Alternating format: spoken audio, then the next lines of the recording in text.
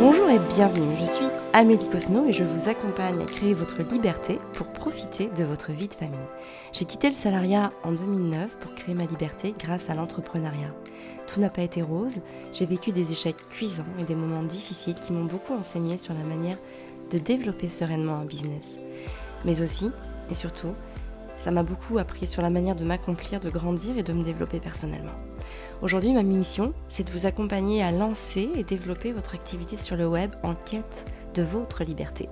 Ce podcast me permet de vous parler sans tabou des problématiques, des succès et de l'organisation que je mets en place dans mon quotidien d'entrepreneur et de maman de 3 enfants instruits en famille.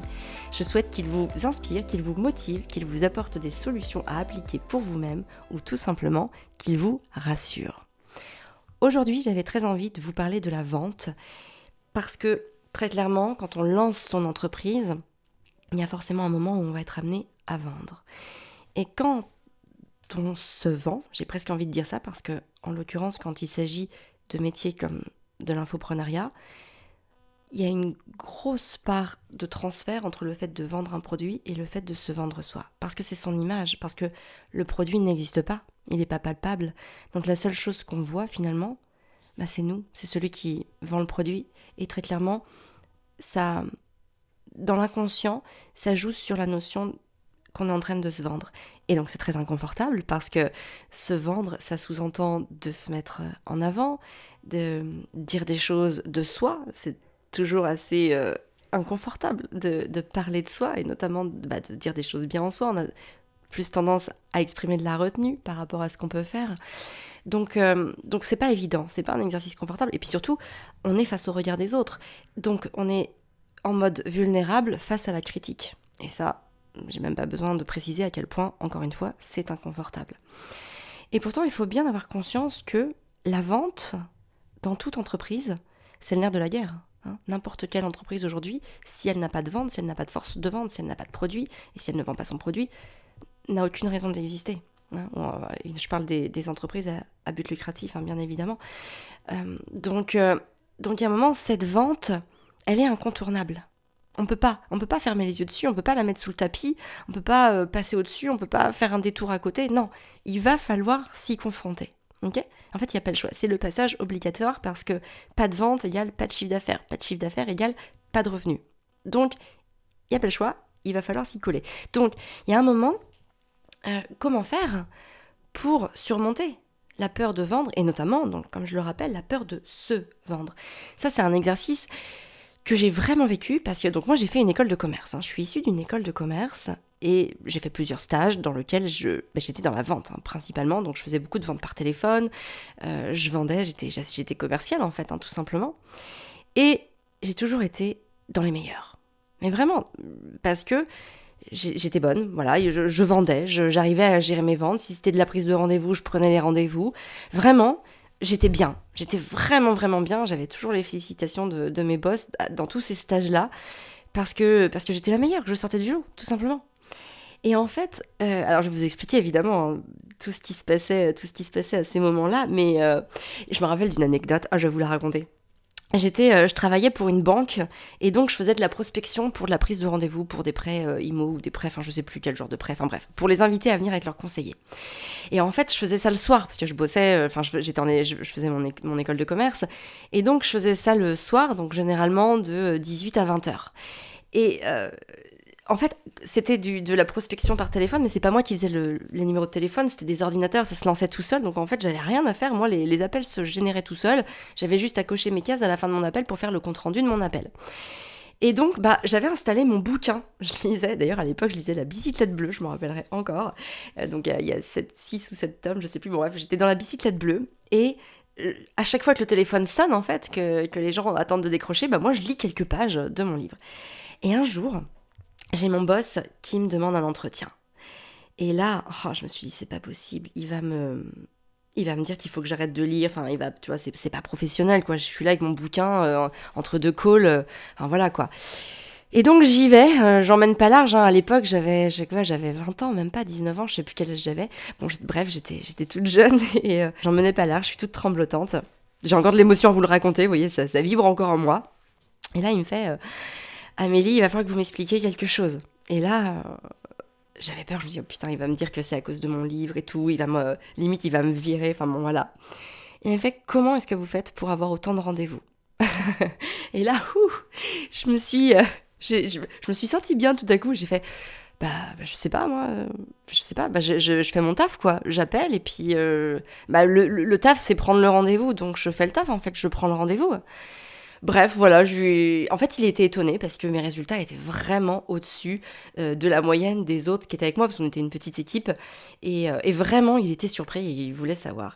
Et en fait, à chaque fois, ça s'est fait. En fait, à chaque fois, ça s'est fait comme ça. C'est-à-dire que, ensuite, je me rappelle, en première année de mon école de commerce, j'ai intégré une entreprise de la tech et du coup, je devais closer, en fait, pour une prise de rendez-vous.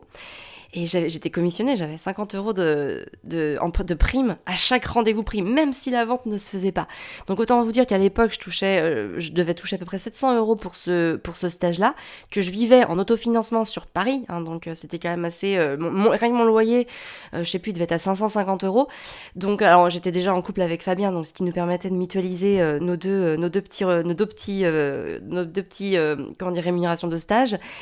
Et les 50 €, j'en avais besoin. J'en avais vraiment besoin. C'était un enjeu pour moi qui était stratégique parce que ça me permettait de me payer des loisirs, de me faire plaisir en fait. Hein. Ça allait, ou même de l'épargner, enfin tout simplement. J'en avais besoin. Donc autant vous dire que j'étais motivée. Et en fait, aujourd'hui, c'est toujours les mêmes déclencheurs. Pourquoi je vends ? Pourquoi je vends ? Parce qu'en fait, j'en ai besoin. J'ai besoin de vendre. Alors, évidemment, aujourd'hui, au début, je vais être très honnête avec vous, hein, au début, quand j'ai lancé mon entreprise, c'était pour gagner de l'argent. Bien évidemment, je vais pas vous dire autre chose. C'était évidemment, je vendais pour gagner de l'argent, pour faire du chiffre d'affaires, pour me dégager un revenu.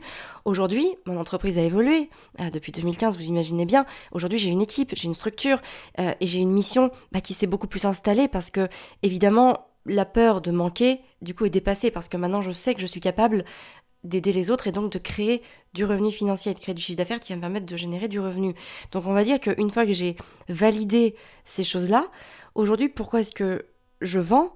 Parce que j'ai envie d'aider les autres. Je vois très bien qu'il y a des femmes qui n'en peuvent plus, qui en ont marre d'aller au taf, qui ne voient pas beaucoup leurs enfants et qui se disent oh mon Dieu, comme le temps passe vite, comme j'ai l'impression de passer à côté de quelque chose d'important.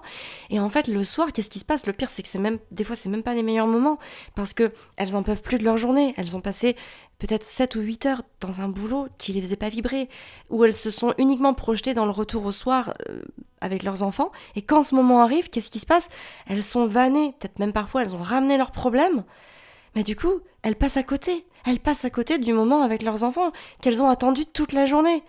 Elles ont attendu de quitter leur taf toute la journée, et quand elles arrivent, en fait, elles se rendent compte que elles ont juste besoin de calme, de passer à autre chose, mais là, il y a leurs enfants, puis elles veulent en profiter, donc elles culpabilisent. Bref, c'est vraiment compliqué. C'est vraiment compliqué et ça, je peux vous assurer que je le touche du doigt avec toutes les personnes que j'accompagne. Et donc aujourd'hui, je sais que c'est possible de faire autrement. Je sais que c'est possible de créer sa boîte et de générer le revenu nécessaire, en tout cas le chiffre d'affaires qui nous permet de compenser son salaire ou même de créer celui qu'on veut. Et on peut aller bien au-delà parce que quand on est entrepreneur, il suffit qu'on mette un peu plus d'énergie et de temps dessus.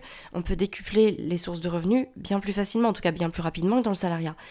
Et donc, avoir sa liberté en plus, parce que notamment le fait de travailler en ligne, ça permet de travailler d'où on veut. Donc on peut même être avec ses enfants au parc, on peut être en vacances, on peut être n'importe où en fait, du moment qu'on a une connexion internet, on peut bosser. Donc on est libre géographiquement parce que voilà, on peut travailler d'où on veut.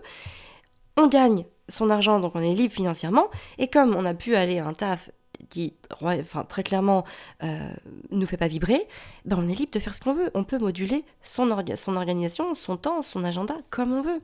On peut s'arranger pour aller chercher les enfants, pour faire le repas du midi, voilà, on s'arrange vraiment comme on veut.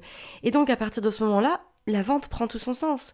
Quand le produit que vous vendez aide les autres, c'est même plus de la vente, c'est une vocation, c'est que vous avez cette mission, vous avez ce rôle de dire attendez, c'est possible de faire autrement. Tu peux investir sur toi et tu vas voir qu'il existe des mécanismes et je peux t'aider à les connaître, à les mettre en place rapidement pour que tu puisses gagner de l'argent rapidement, pour que tu puisses créer ton activité qui a du sens pour toi et qui te permette d'être libre géographiquement, financièrement et temporellement. Et tout ça, c'est possible. Donc, il y a vraiment un moment, vous voyez, ça switch parce que c'est plus soi qu'on vend. J'ai même plus l'impression de me vendre moi vraiment, j'ai pourtant eu cette sensation quand j'ai commencé, c'était laborieux, c'était dur pour moi de me dire ah mon produit il est génial, etc. C'est pas, ça fait un petit peu, vous savez, comme, genre j'ai beaucoup d'ego ou genre je suis hyper sûre de moi, je suis un peu hautaine, voilà. Alors que avec entrepreneur en tout cas, avec entrepreneur épanoui, je veux dire, en tout cas j'ai vraiment dépassé ça parce que l'idée c'est vraiment d'apporter de la valeur aux autres. Et en fait, moi j'ai envie de dire j'y suis pour rien. Moi, je suis juste en train de vous expliquer comment j'ai fait, mais je suis pas actrice de votre réussite. Et ça, je crois que ça m'a vachement aidé à me dire, ok, en fait, je suis en train de leur offrir la solution sur un plateau, mais en fait, il faut qu'elles le fassent. Bien sûr, c'est à elles de le faire. Donc, c'est elles qui vont être acteurs de leur réussite, qui vont être source de leur réussite. Moi, je suis juste une facilitatrice, quelqu'un qui va les aider à connaître les méthodes et à les appliquer, et donc à gagner du temps, de l'énergie, et évidemment de l'argent, parce que le temps, c'est quand même de l'argent. Donc voilà. Et j'ai envie de dire aussi que la deuxième chose qui me permet d'être à l'aise dans la vente, c'est de me dire, ok, comment je me sens quand j'arrive à vendre. Vous savez, ma mère, elle est vendeuse dans une petite boutique de fringues. Et des fois, évidemment, je lui demande alors comment s'est passée ta journée. Et vous savez que la première chose que ma mère, elle me répond, elle me dit, j'ai fait tant d'euros de vente, voilà, ou je sais pas, j'ai fait tant de ventes, j'ai vendu ça. C'est marrant quand même de voir à quel point ça nous fait plaisir. Il y a une sensation d'accomplissement qui nous anime quand on a fait une vente. Vraiment, on est content. Parce que ma mère qui vend des fringues, ma mère elle aime les fringues, elle vend des fringues, elle est contente pour la personne qui a acheté la fringue parce qu'elle sait que ça va lui apporter du bonheur comme ça lui en apporte à elle. Donc elle se projette en fait dans la sensation d'accomplissement d'avoir acheté une fringue. Et en fait, c'est exactement pareil pour tout le monde. Que vous soyez dans un boulot salarié et que vous ayez besoin de vendre, quand vous faites une vente, vous êtes contente. Que ce soit pour vous, parce que par exemple vous allez avoir une prime, ou parce que vous êtes au début et que vous avez besoin de cet argent pour vivre, ou parce que vous allez être contente parce que votre boss va vous féliciter, ou que ce soit parce que vous allez aider votre client dans la solution qu'il a acheté, avec la solution qu'il a achetée, peu importe, vous êtes contente, ça vous galvanise.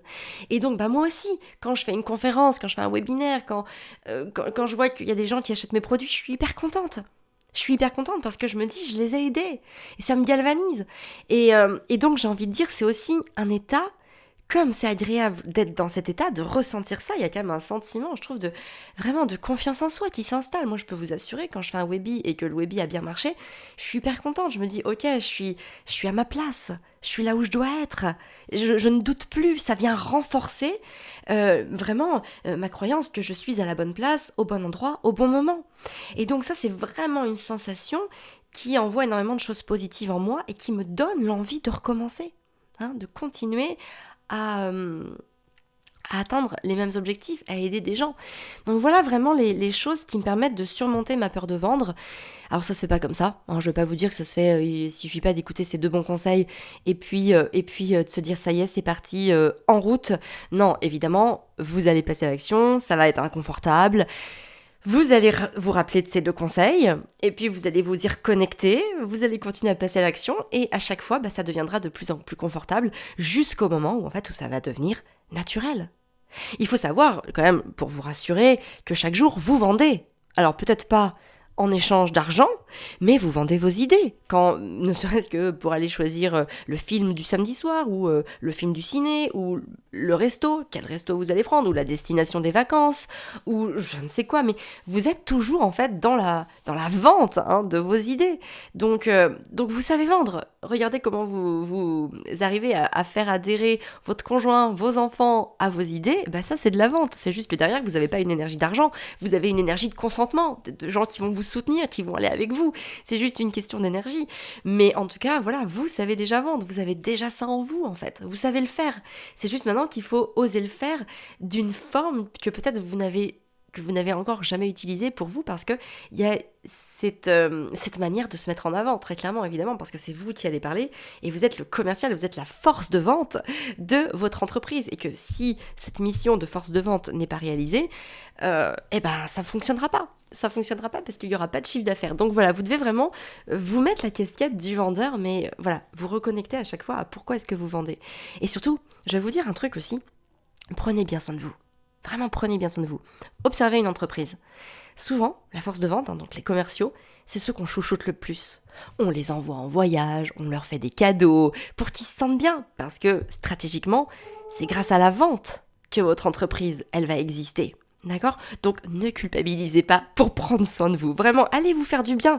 Allez vous faire du bien. Vous êtes la vendeuse de votre entreprise. Vous êtes celle qui va générer le chiffre d'affaires. Donc vous méritez le mieux. Vous méritez de prendre soin de vous. Donc allez vous faire du bien. Faites les choses qui vous font du bien sans culpabiliser parce que vous en avez besoin. Vous êtes la force de vente. Vous êtes le nerf de la guerre de votre entreprise.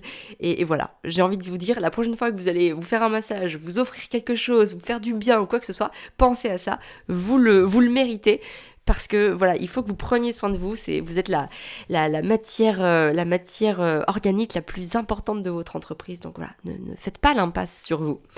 Voilà, écoutez, voilà ce que je voulais vous dire pour ce podcast. J'espère qu'il vous a plu, j'espère qu'il vous a inspiré, peut-être qu'il vous a fait marrer aussi à quelques moments. En tout cas, moi je vous retrouve la semaine prochaine pour un nouvel épisode. D'ici là, prenez bien soin de vous. Et si vous voulez avoir des informations sur le programme Entrepreneur épanoui, des informations plus détaillées, je vous mets un lien dans la description de ce podcast.